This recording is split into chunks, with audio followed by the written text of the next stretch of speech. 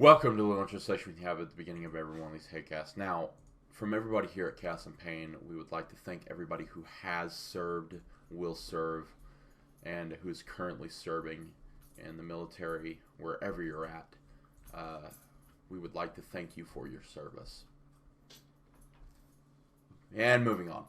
So, this week we have Chemical X on BOGO. We have Ferox EU on BOGO. We also have a 25% off code to go along with that. Now that is Chemical X, buy one, add another one into your cart. It should zero out. Same thing with Ferox EU. And then you can go ahead and stack the BOGO on top of that. So while it may be getting cold where you're at, don't worry, I have a shirt under here, deals are hot. So, with that being said, and now that we've got the thank you to all our veterans out, I've got to say, this is what the show does. So, we go over and we kind of close out the series. Stop it back there. Oh my God, dogs. We kind of go over and we kind of close out the series of why you should never bulk again, right?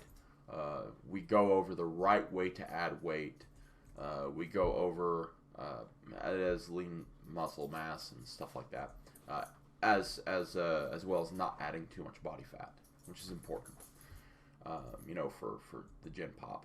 And then we go over the exercise portion of that, food portion of that, and we just kind of, I don't know, it's cool to see this come to a head, because it's kind of a neat little bow wrapped on all three parts being kind of meshed together and finalized. So we will stop talking about this after this episode, and we'll go back to other topics, or even a casual Sunday. We have a Q&A coming up, so if you have any questions that you would like answered from either Ed or I, go ahead and post them in the comment section below. Now, I may have a big announcement here within the next couple of days. I'm not really sure what the next Hatecast will entail, but stay tuned. It may be big. I don't know, and I'm not going to say anything just to not ruin that surprise. But yeah, so great listen, and everybody should listen to it. Everybody should subscribe to subscribe to the YouTube channel. Smash that like button for dogs. God, I sound like a generic YouTuber now. Smash that like button, smash that subscribe button, and enjoy the show. Keep your butts warm. It's cold.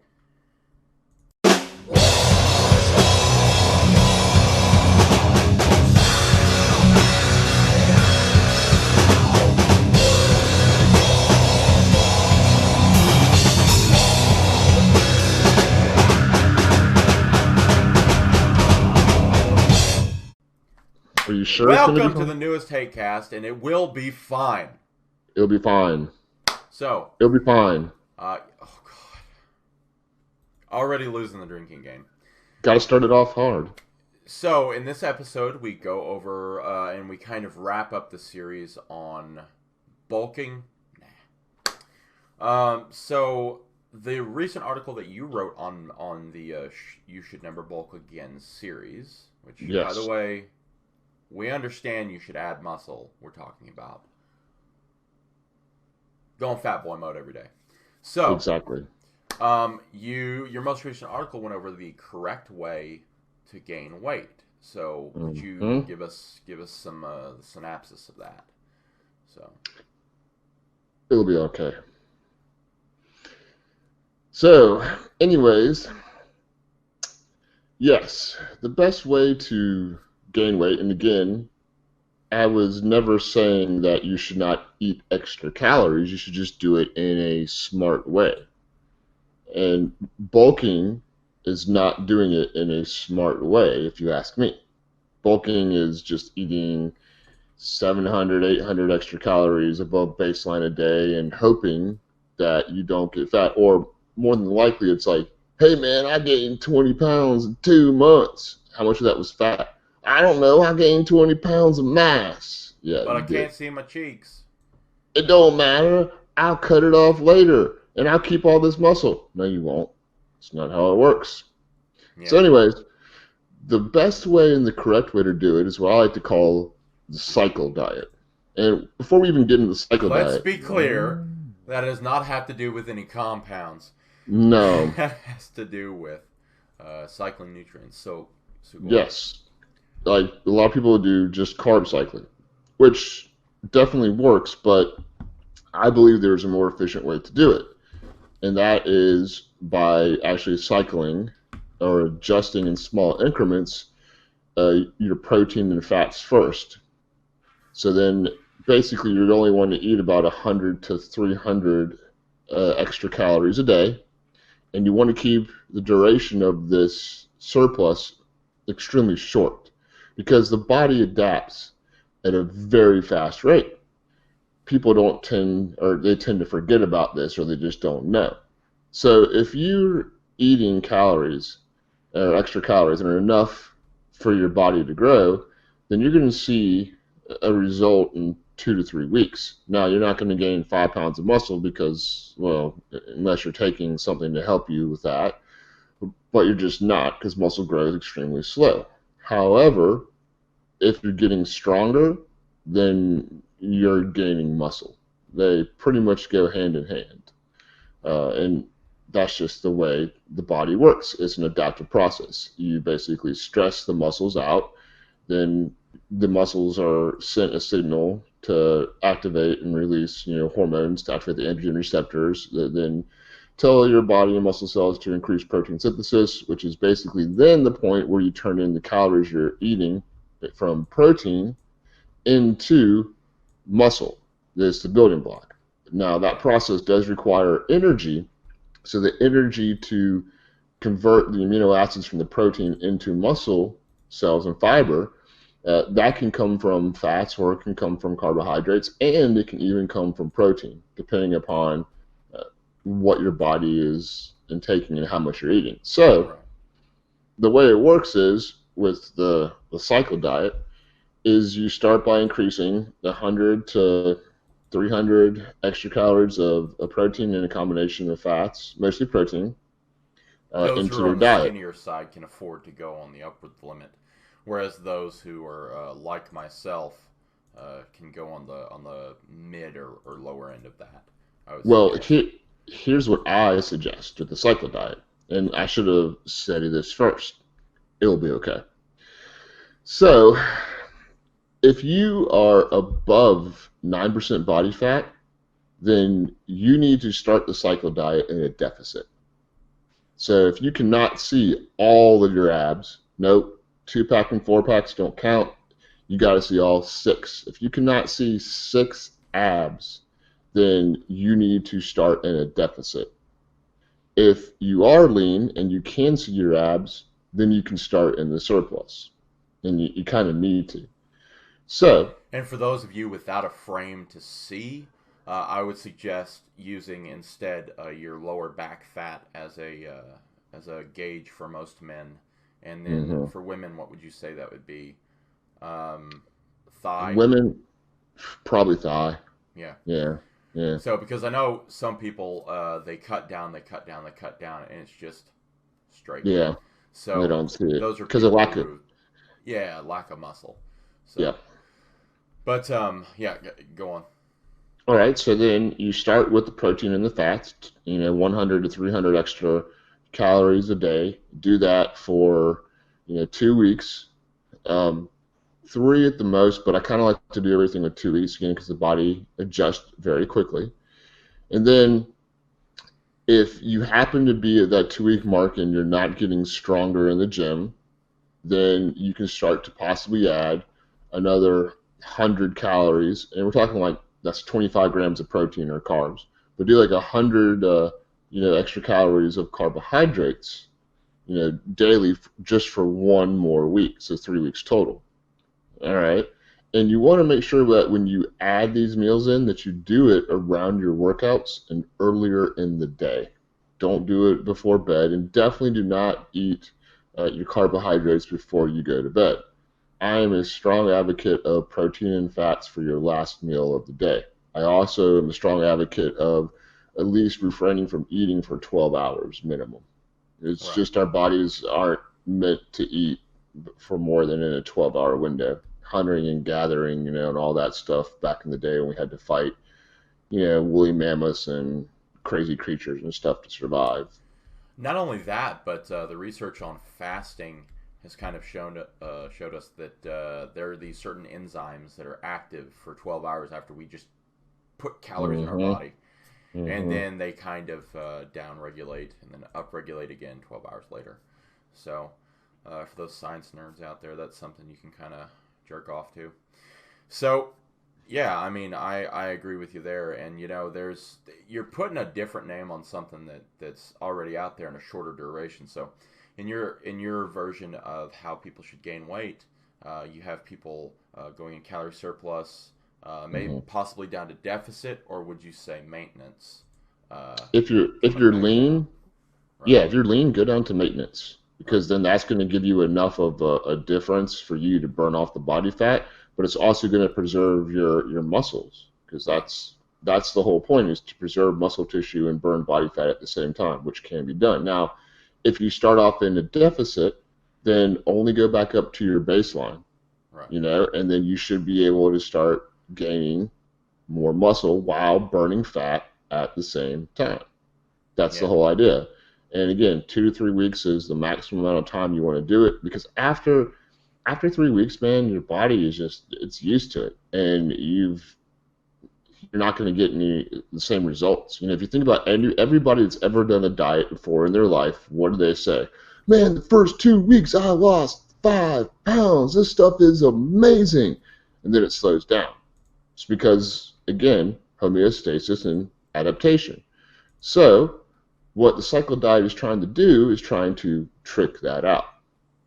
Right. Now, I plan, plug, in the future to release a book on how to gain muscle without getting fat. And it's not only going to be centered around, the cycle diet, but also around carb cycling and some other methods as well too. And Right. I do like carb cycling, but the thing about carb cycling is that to do it correctly, it requires a little bit more energy and a little bit more preciseness. Right. You have to be pretty aware of the amount of protein and fats that your body requires daily before you even start to do carb cycling. And most people don't know that. They just don't. It takes time, you know?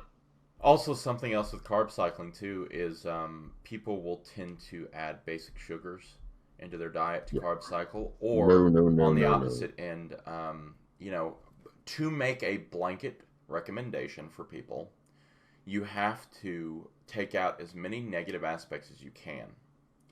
And I think what Ed's trying to do with suggesting protein, right? Mm-hmm. Right? Suggesting protein is because, look, everybody, almost universally is not eating enough protein, right? Yep. Or they're eating just the bare minimum to get by. So Yep. there's a couple different things. You get extra amino acids, which is always good. You don't have to worry about that extra carbs feeling like either a jolt for some people or Mm-hmm. sleepy time for some people, right? Mm-hmm. Especially those in the higher body fat range. Mm-hmm. Sometimes when it comes to because I'm also a fan of high fat protein meal before bed. I'm also a fan of high protein high fat breakfast. That being the reason for that is because you don't have to worry about insulin doing its job Mm-hmm. while cortisol is doing its job, because cortisol, Because, yep, doesn't like well, insulin. huh? Cortisol and insulin don't like each other. Well, that's why some people get sleepy if you eat a high carb breakfast, right? And Mm-hmm. I want to be awake. I want to be, I want to be 10 hut. I want to be awake. I want to be there. I want to be present. I want to be snappy, right? And in order to do that, what has worked for me personally is, Mm-hmm. and I've tried both, right? I've tried medium carb. I've tried the whole, Jamie made fun of my breakfast before, but, my cereal and all that stuff. I found myself to perform better on a Mm-hmm. high protein, uh, high or moderate fat breakfast than basically anything else I've tried. And I believe that has to do with the interaction of cortisol and insulin. So Of for those course. science nerds. And you want some more evidence? Look at bulletproof coffee. It's MCTs. It's not sugar. Right. Also, if you look at the way this is structured, so back in the days of yesteryear, and Jamie's a Yes. big fan. Yesteryear. Jamie's a big fan of writing about people, lifters in the past, and old-time strongmen and subjects of that matter. So if you look at some of the most well-known bodybuilders, something they did is, oh, I'm looking fat today, I'm going to go on a deficit. Like they reduced their food intake for that day or that week or something like that. So they were already doing it, you know?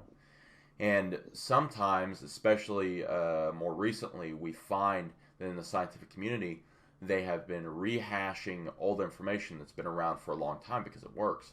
For example, manipulating volume is something that people just kind of forgot about, right? It was written about in the old muscle magazines. So one day you do a set of push-ups, then you do 2 sets, then you do 3 sets, and you do 4 sets, right? Week after week. You kind of go on an upward spiral, and then you go down, and then you go back up. That's something that's become kind of in vogue now. Messing with volume, messing with intensity, right? Using intensity multipliers. That's been around forever, and so has cycling the way you diet. So, pretty good that you mentioned that. I mean, yeah, kudos to you for bringing it back old school. So, Yes. but because Arnold, always used to joke about if somebody called him fat in the gym, he would immediately go into diet mode. Yeah. Because his friends would Yeah. be honest with him. Yeah. Um, That's what I do, man. If I wake up one day and I'm like, whoa, those obliques aren't quite as tight as they. Yeah, I think it's time to, adjust the diet a little bit and, cut back a little bit. What yeah, am I doing wrong? we're not Yeah. saying be complete monsters. I mean, you can have that sweet every once in a while. You Yeah. can go and I know Ed has kids. I have a kid. You probably have kids or not. We're not here to judge. So your daughter or your son's gonna come in and say, "Hey, Daddy, fucking I try this, know. try this," and They you're like, always do "Oh, that. no, I can't because my diet." Well, you're a I know. monster. Yeah. Um, so there will always be opportunities to try food. Uh, so, but yeah, Thanksgiving. people, yeah, Thanksgiving and holidays. So let's kind of dive into that because I think the reason why we tried to go over this in this time of year is because we know Thanksgiving, Christmas, and New Year's, and every 2 weeks a freaking holiday, depending on Yep. where you're at. Yep. How would you suggest minimizing fat gain for people going to gatherings who are also interested in gaining muscle and burning fat? Well, mainly gaining muscle because this is bulking season, you know. So, Yep. how would you suggest they do that when it comes to holiday extravaganza? Sure. Well, definitely number one on the Wednesday before Thanksgiving, make sure you do legs or a heavy back workout with deadlifts because that's going to keep your body in an anabolic state for longer. I mean, if you're sore and you got that DOMS, Yeah. that's a good thing because, I mean, your metabolism is boosted, it's trying to repair itself so you can handle the extra calories. Plus, who doesn't want to down like 5 plates at Thanksgiving? I mean, Yeah. come on, right? I would rather So you train legs, by the way, than do an excess of cardio. yes, That yes, of that whole course. doing Don't do card. No, I don't like cardio, really. I mean, Well, what yeah. about what I'm talking about is those people who say, "All right, I'm going to a big Thanksgiving dinner. Mm-hmm. Uh, I'm not going to sacrifice food beforehand, so I'm just going to throw 2 hours of cardio at it." And that can work if you're like, bigger than 20% body fat or something like that. That can absolutely work. I mean, you're not gonna do anything bad, but people who are leaner need to think about making those calories count. If you're going to choose to Yes. eat that, especially if your body composition is something that you want to improve, you want to frequently perfect, kind of tweak over and over again, as we all do. I mean, we're all addicted to the iron. If you're one of those people, you need to make sure that you make those calories count. And I don't believe that doing 2 hours of cardio just willy nilly is gonna be a way to make those calories count. So train legs. Would you suggest doing some pump work too? Yes, You know, definitely.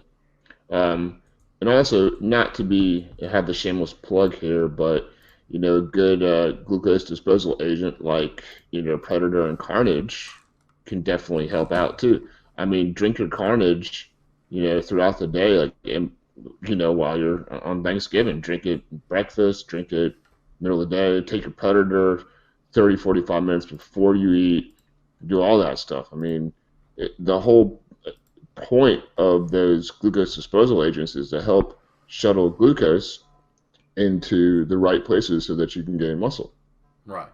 and that and away from fat storage. Yeah. So I think we've been over that, and it all comes to planning. I mean, if you know you're Hmm. going to be in a calorie, something I also want to go over. So people are obsessed with starting things on Monday, right? So what I would suggest for anybody looking to minimize your holiday gains, let's just say Thanksgiving's on a Thursday, right? Hmm. Well, because it is. Start 2 weeks ago Thursday. Start your Hmm. deficit and make Thanksgiving your surplus. I mean, that's Yeah, an easy way. There's free food. Are you yeah. gonna waste that opportunity? No, it's good food too. I mean, come on, exactly. Train, go on a deficit and then get ready. And one thing that happens to a lot of people is I think that if they eat something bad or unnutritious, the first thought is like, "Oh man, What did I I've been do? eating, yeah, I've been eating all the," and then they say, "You know what? I'm just gonna give up. I don't care." And then the next day they eat bad again, leftovers, and then it's like Saturday. Oh, I've eaten bad for 2 days. So what's one more day? I just don't care. And then all of a sudden it comes to like Monday, and they're like, "Okay, I've been eating bad for 4 days. I mean, It's time to get back on it. it's time to get back on it." No, you should have gotten back on it, Thursday night. Just saying. Well, that all comes down to like, here's something else you got to remember, guys. The Thanksgiving food is great. It's whole foods. It's turkey. You've got your meat. You've Yeah. got your good complex carbs. If your family's anything like I have, you got your sweets. So if you want to partake, you can. Yes. It's not bad food. It's just, No. I hate to say it, but sometimes it's just the choices you make. Yeah, I it mean, is. so instead of having the whole pie, right? Have a slice. Nice. Uh, You can eat instead of more stuff. instead of Variety. having 6 plates, have one. I mean, it really is that simple. And sometimes people, I feel they overcomplicate things Yes. in an effort to either justify what they want already. Like, here's my take personally, right? If you want to just say, fuck my diet, I'm going off for Thanksgiving, Mm-hmm. do it. But Mm-hmm. do not feel bad about it the next day. That's not going to make a difference on the macro cycle, right? Mm-mm. Right? So Mm-mm. on the macro level, right? Bigger picture stuff, one day off the rails is not going to kill you. But there are ways, if you're wanting not to do that, to plan it and make it part of your bulking or fat loss plan. Man, it's just all a matter of planning. And Mm-hmm. let's jump right into that. So I wanted to kind of talk to you about the training aspect of this, because we go over nutrition a lot on these Hatecasts, and I'm going to have a podcast upcoming here with Judah that's going to go over the training aspects. So what are your opinions on how they should alter training, Mm-hmm. alter volume, and all, Mm-hmm. all all that stuff? What is your opinion on that?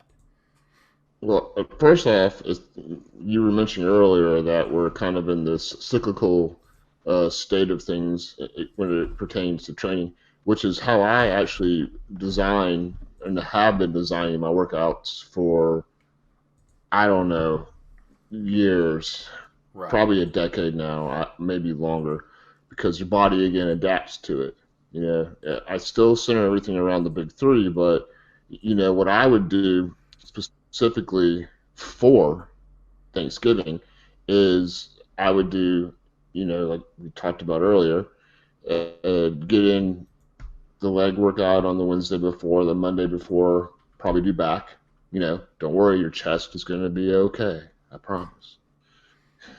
Do some push-ups if you want to Thursday morning, but I would do definitely higher volume.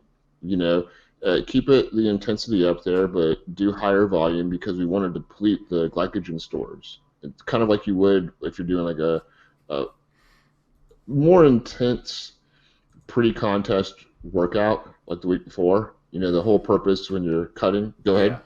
Not only that, but we had mentioned in the previous episode that there is a threshold when it comes to rep ranges where you do stimulate both types of fiber, and you Hmm. can, maximize where those calories are going to go. Like that would be my advice as well. So go ahead. Exactly. So do more reps with the compound movements, same intensity. You don't necessarily need to worry about the rep speed. Now, I will say one little trick that I like to incorporate for extra muscle growth once every 3 weeks or so is prolong negatives just on the last set. Hmm. Okay. And in doing so, it has actually been shown that if you do negatives, it causes enough trauma to the muscles that it requires more of an energy expenditure to recover from that Right. damage. So let me give you an example. Let's say, and I don't know if I would necessarily would, adhere strictly to a squat routine because doing negatives on squats with certain amounts of weight can be dangerous. Oh, But come on, man. 600 for one. Um, Come on. yeah, we're talking about like doing 7 reps of the negatives with 7 second down, Right. 1 second pause, and like a 1 second up. So you're not going to be using a lot of heavy weight anyways, but just do it and only do one set. So let's say you do your squats and then you'll add in one extra set or replace the last set of it, and you'll do 7 negatives, each of them with a 7 second negative portion of the lift, then do like a 1 second pause, and then lift up with 1 second. Yeah. Now, the cool thing is that it can give you, number one, great pumps because of the occlusion effect. And the occlusion effect is basically like the blood flow training restriction, Right. is that when you're working a muscle for longer than 30 seconds to a minute, you're going to have that same kind of blood pooling effect. And that Right. blood pooling effect stimulates specific hormones and muscle growth. That's why blood flow restriction training is good. Blood flow restriction training, I mean, honestly, again, we talked about this before, the main benefit is helping to preserve the joints because you don't have to do it with a lot of weight. Right. However, negatives prolonged negatives are another way to get that same effect without having to do blood flow restriction training. Who Yeah. would have thought, right? I mean, there's a reason people have been doing it for a while, I'm guessing. So, Yeah, probably so. I and mean, off the holiday topic, like how would you go about manipulating someone's program on a week to week, or how would sure, you cycle their training? Because sure, I'm a fan of, if you're doing any repetitive movement for longer than 8 to 12 weeks, you should probably change it up to a variation. Like for example, I was doing conventional deadlifts. Now I've moved to hex bar deadlifts. So it's yeah, just because what I've found and what the research that I've looked at has shown, repetitive movements is what sometimes leads to injury. So you have yes, somebody doing, their flat barbell bench press, Monday and Friday every week for a year, and then their shoulders hurt. Well, Yep. look, you're using the same, you're going at it from the same angle every single time, right? You can stimulate those muscles using different movements. If you were to say, do a flat barbell bench press, right, and then do flat barbell bench press, and then switch to dumbbells, right, and then switch back to flat, or switch to a machine or something like that. So I'm a real big fan of that recently. What are your opinions on how you would do that? Yes, I've actually been advocating this again to my clients as well as myself for years now. And what I do is I kind of take it one step farther, and this is why I don't do it a lot, because it takes so much time to put together a workout for somebody with all these different variations.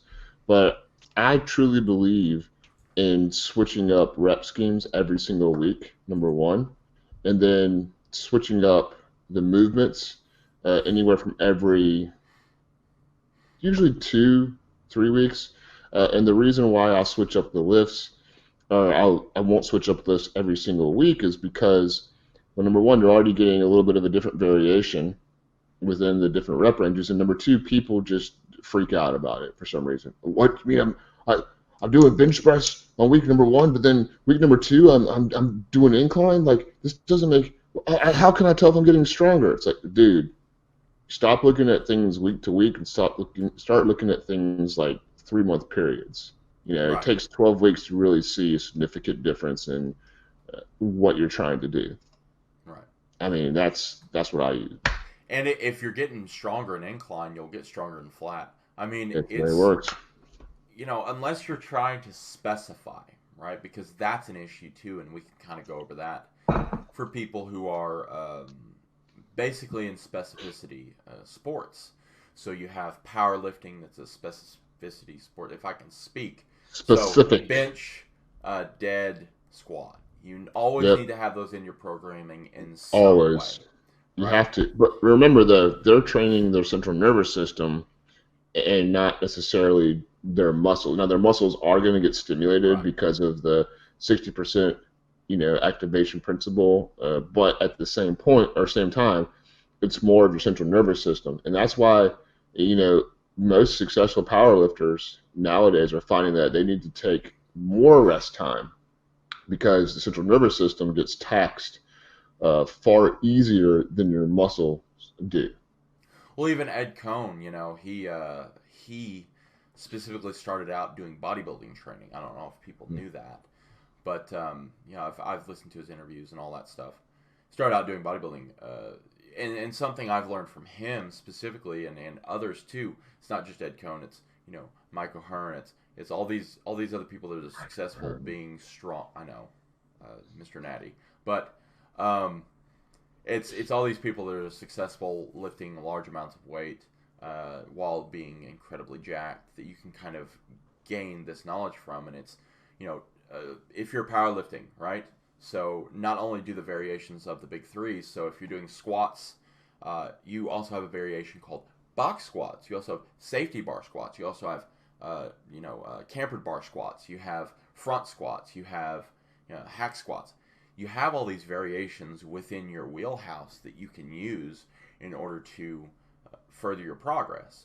Deadlifts, there's hex bar deadlifts, there's conventional deadlifts, there's deficit deadlifts, there's the list goes on and on. And bench is one of my favorite things to do variations on, because you can do spoto presses, you can do flat barbell bench press, you can do Incline. benching to a block, right? Basically deficit to bench. So benching to a block. You can do incline. Block You can benching. do block benching.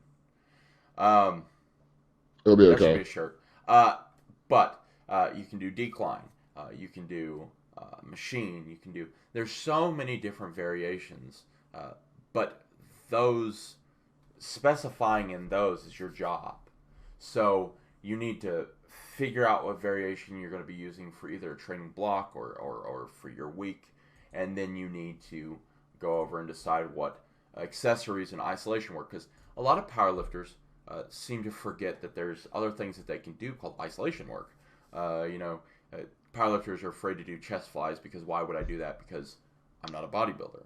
Well, it's all to increase, a bigger muscle equates to more strength.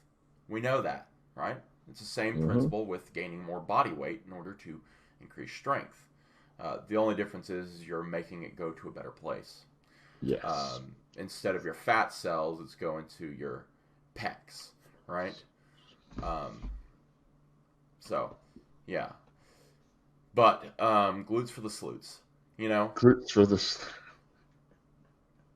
But you have all these different variations that you can or all these isolation movements that you can kind of sprinkle in there. Have your power work, and then move on to your size, your more bodybuilding-esque type of movements, and you can build an incredible physique as well as get strong. So, also you can prevent some of the overuse injuries that you have by specifying in the same movements over and over again.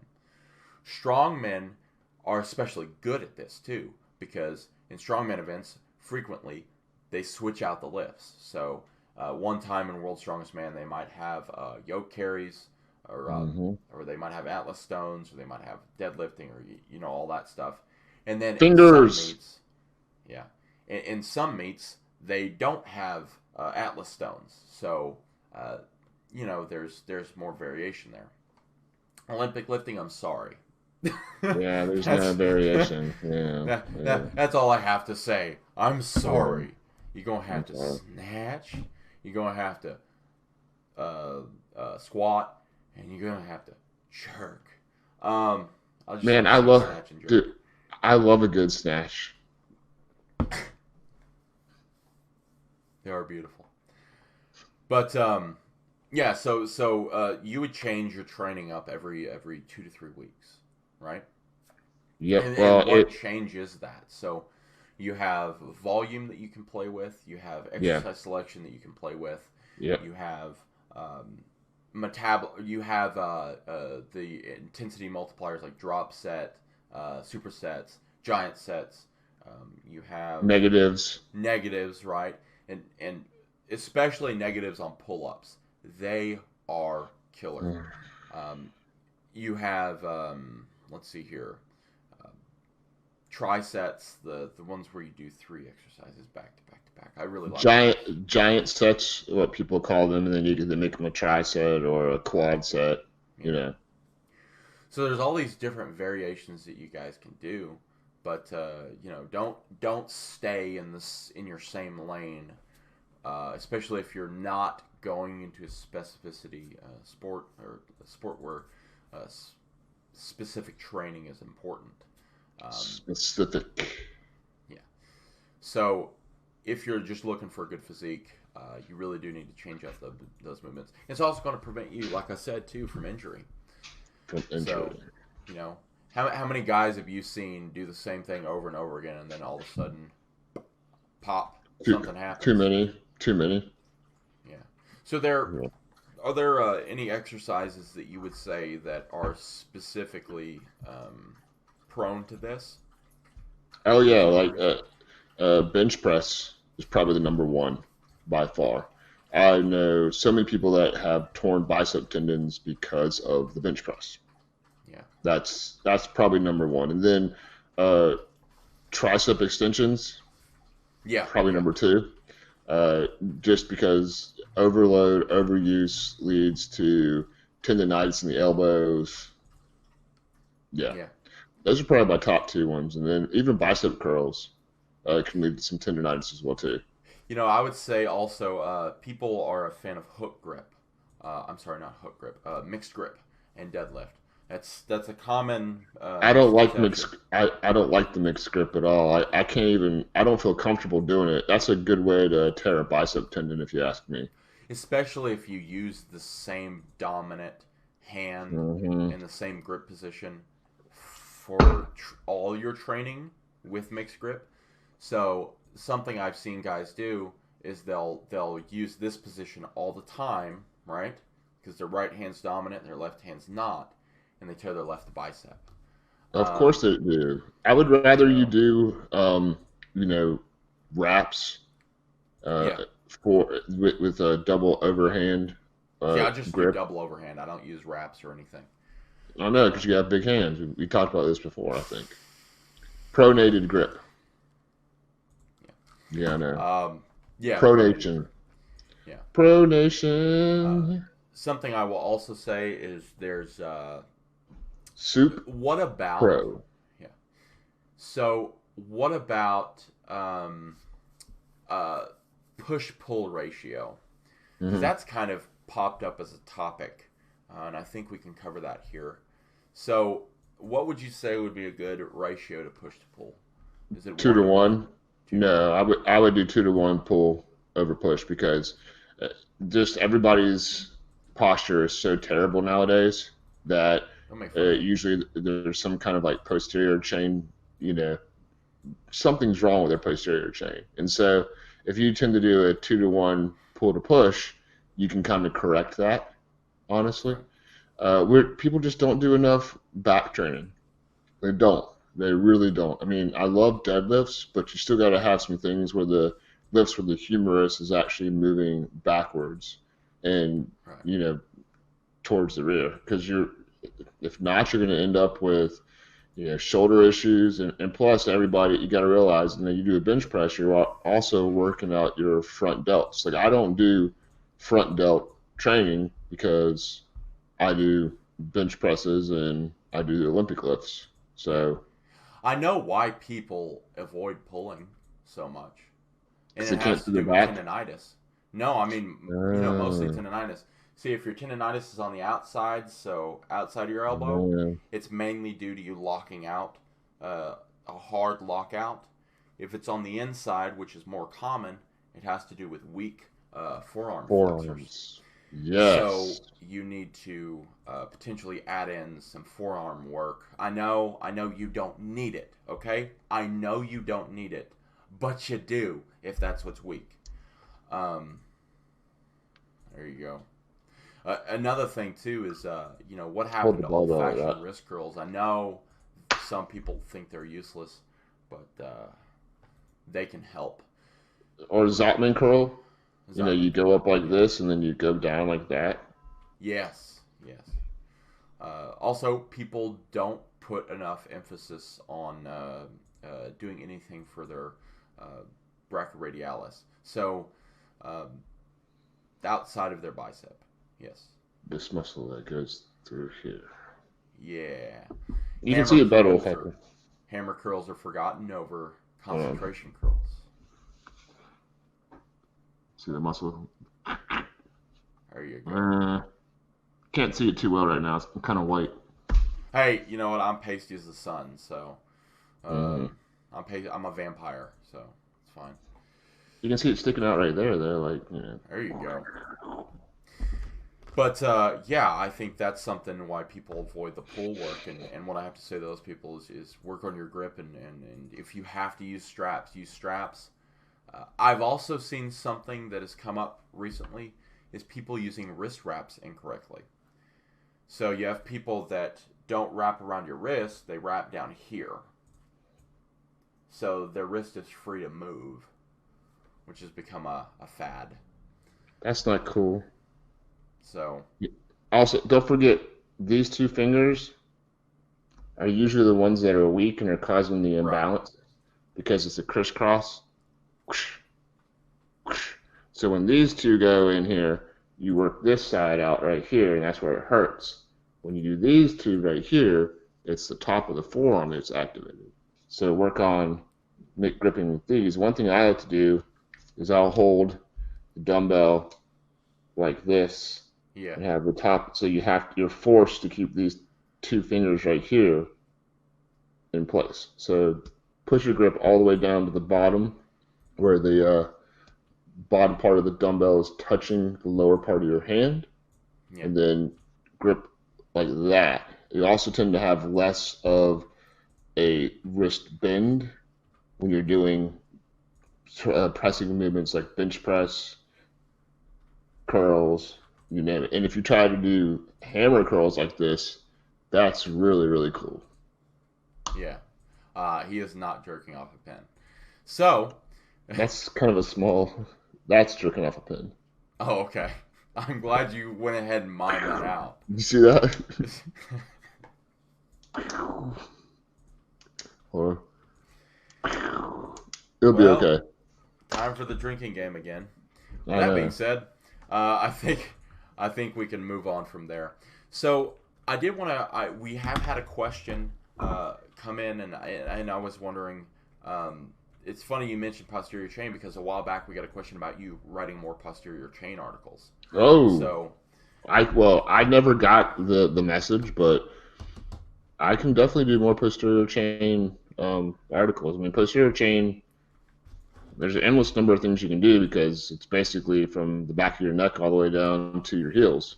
yeah, Like that's your posterior chain, your Achilles, and all that good stuff's involved as well too. yeah. So, good hamstring work, glute work.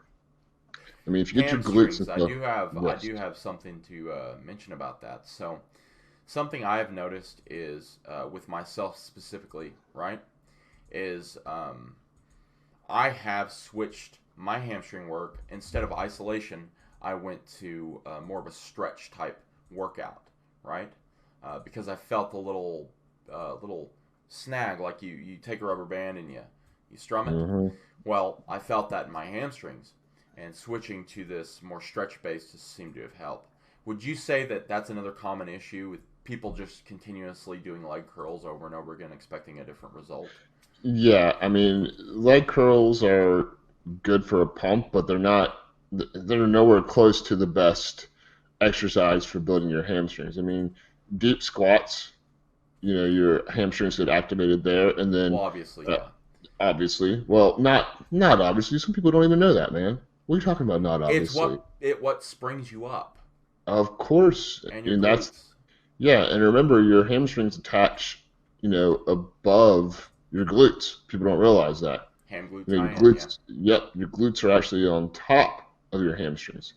So stuff like good mornings work your hamstrings way better than doing leg curls could Right, ever do. That's just the way they are. And then also doing lunges. right. Also, something else people can do is a 45-degree. What is the thing where you bend extension, hyperextension? Yeah, So hip something thrust I've found, also. hip thrust too, yeah. We'll go over that because I'd like your opinion on Grab that. grab on with one hand and then just you know. Oh yeah, r-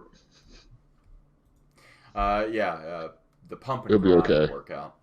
So the I know. So the thing about the 45-degree hyperextensions is sometimes for people who have a problem setting up when it comes to good mornings, they tend to do very very well, especially if you have a kind of weak lower back or your lower back is giving you a little bit of issue. They tend to do very well with hyperextensions versus good mornings. So if you are having lower back problems, I would suggest checking that out.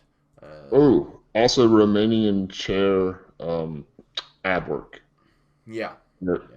that's pretty intense, and the key is I don't know if people know what that is, but you basically start in this position, and then you lower yourself backwards, and then almost to the point where you're at, your back touches the bench, but not, like maybe like 10 degrees, and you come back up and you stop right here. Oh, and it's important to know you're straight, and in the bottom position, you put your chin forward and you go up. Then here, Right, lower slow. I right. need to do more of those. I haven't done them in a while, and my lower back's been, kind of giving me. It's probably why. It's my lower abs are probably, yeah, not strong enough. Hi, it'll be okay. Speaking of It'll not be strong okay. enough, many people have weak glutes. What can they do Yes. about that? Well, you can do a lot of things for weak glutes. I think the number one reason why you people have weak glutes is because there's something wrong with the whole feeling it. The whole perception of getting your glutes involved Right. in your workouts. So thrusters, for example, things like that, like where, and that's how you get your glutes to be, in my opinion, most activated is when you're doing something where your hips are what they call closing your hips. Right. And most people, I mean, I didn't know this for a long time myself. I was like, closing your hips, like, because in football they say, once the hips are closed, then you can make your move and turn and all that. And I'm like, what does that mean? Well, if you're bent, your hips are basically open. But then when you stand up tall and your femur is straight and your legs are straight, then your hips are closed. Right. So going from the open to a closed position, you get that squeeze in your glutes. Right. So some DST, right? Yes. Doggy style thrust. Yes. There you go. Just bite your lower lip and give it a good thrust. Hey, do that in the gym before you squat. We've Yes. talked about glute activation before. Mm-hmm. It's something that everybody could probably use as a useful cue. Everybody. Start. Glute bridges. Glute bridges. Also, something that's kind of been lost by the wayside, I think, is glute ham raises. So Ooh. they are fantastic, but they are hard. Difficult. Man, I can't do one. It's like, what seems to be stopping you? Yeah. Is your glute or your hamstring? That's a good question. It's kind of like I'm going down, and all of a sudden I just lose it and I fall, and then I try to bring myself up, and it's like, I think it's hamstring. Then. That's my hamstrings. Yeah. Yeah. It's my hamstrings. You have to have some incredible hamstring strength to do that. Yeah, you do, and it's pretty impressive when people do it. I mean, I've always been quad dominant because of basketball and sports. Especially if it's squat girls on Instagram doing it to dubstep music. But anyway, enough of that. I think we can close out. Is there any closing message that you have? Let's kind of wrap this up. So, bulking, how we have laid it out, how to add weight the correct way. We have laid out how to blunt the damage of the holidays. We have laid out how to specifically train in order to gain size. Now, do we have anything else to say on the topic? Well, I definitely think we've covered everything. We've gone over small surplus for a short amount of time and for calories. We've gone over variation in your training, everything from rep ranges, volume training to intensity, adding finishers. We didn't really talk a lot about rep speed, but that's another variation that you can use as well. We talked about it with the negatives. So we talked about tempo in the last one too. Yeah, the last one too. We went over slow twitch and fast twitch and how That's to right. maximize those. So one last thing I would add is there a magic set number? I mean, that seems to be people's issue. Now, they want a magic set number, right? Here's what I would say. It's total sets per week of a body part. And Thank you. Yeah. Yeah, as long as you get that total set number in the week, I mean, even if you're one of those people that, one of those weird people, like, my brain will literally not handle working out 2 days on, 1 day off, just because it throws off my week. I'm more of a Monday through Sunday guy. So, but as long as your total sets that week equate to some sort of comparable, somewhere within the 8 all the way up to 20 set range per body part. Now, some may not be able to handle that. I know that shoulders like to be somewhere in the 4 to 8 total sets per week because it's Small so muscles. easy to overtrain when doing something like, not overtrain, but Activate. eat into recovery, really. Yeah. Go backwards. That's the way I would put it. Because overtraining, people think you're going to puke and then throw up and die. Well, and you got to remember, the shoulder is the worst designed joint in the human body. There's so much movement with hardly any stabilization whatsoever. I mean, people don't really know what the rotator cuff is. It's a combination of all the small little muscles, and there's also this little tiny sack of fluid stuff that's kind of like spongy like Hell material yeah. that is between the shoulder and the bones of the clavicle and all that stuff. And so, Similar to it, disc. yeah, Yeah. exactly. Similar. It looks like a little tiny, like, concave disc where it kind of just fits in there. And so what happens is you work that out when you do biceps, when you do triceps, when you do bench press, when you do back. Anything that involves your humerus, this bone moving, involves your shoulders. Right. So then if you're doing 20 sets of shoulders on top of 20 sets of bench press and on top of 8 to 10 sets of, arms, dude, you're already right there doing close to 50 sets that are involving your shoulders. Yeah. And Jamie also, he says whenever he's stressed out, something he likes to do is do Viking press over and over again.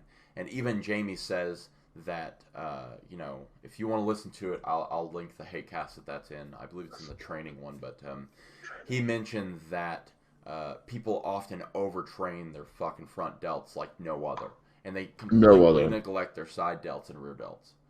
It's insane, and that's because when you're benching, your front delts are stimulated. When you're doing dips, oh my gosh, the amount of It's front stimulation you dip. have Yeah. on your delts. So, if specifically for muscles like delts, I would suggest somewhere in the 4 to 8 total set per week range.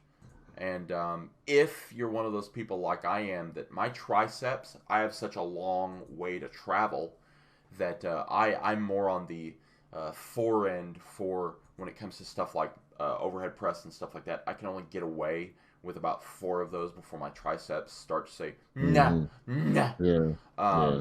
And then I have to make up the rest of my delt work with something like front raises or something like that. Something more athletic like snatches or something like that. Yeah. Clean and jerks and Instead of snatches. Right. Instead of continuously doing overhead press because somebody says that I should overhead press 3 times a Nah. week because that's how they did it. Dude, Um, I'm a lightweight cleans and jerks just doing the motion because it takes time to learn how to correctly do a clean and jerk or a snatch. But right. once you can do that, I mean, those they're probably the best exercises for your shoulders. Right. I mean, just for development. I mean, yeah. And then if you're doing, we talked about this earlier, that 2-to-1 pull over a push, then you're going to be activating your rear delts.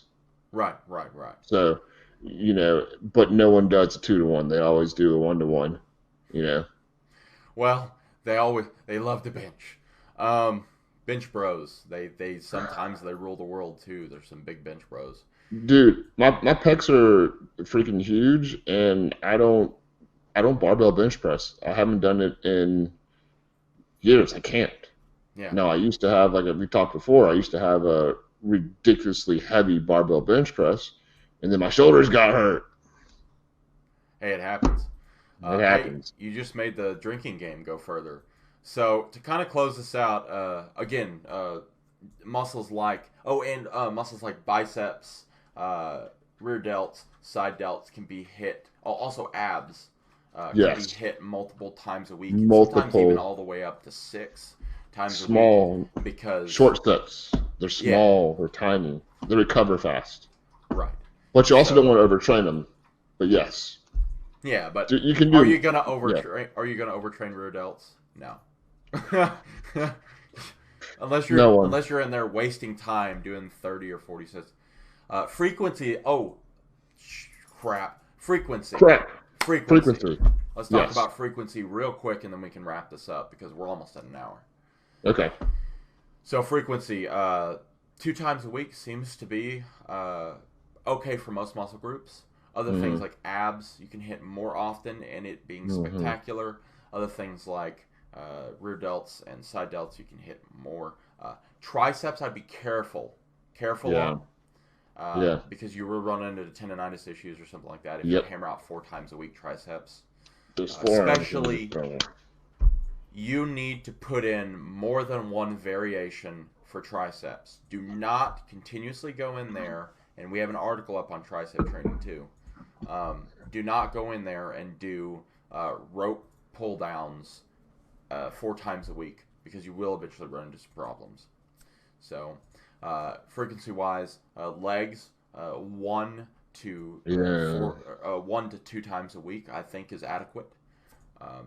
Back. If you're doing deadlifts, then I think legs you're good at doing once a week. Because if you do deadlifts, you're doing a lot of leg work. Right.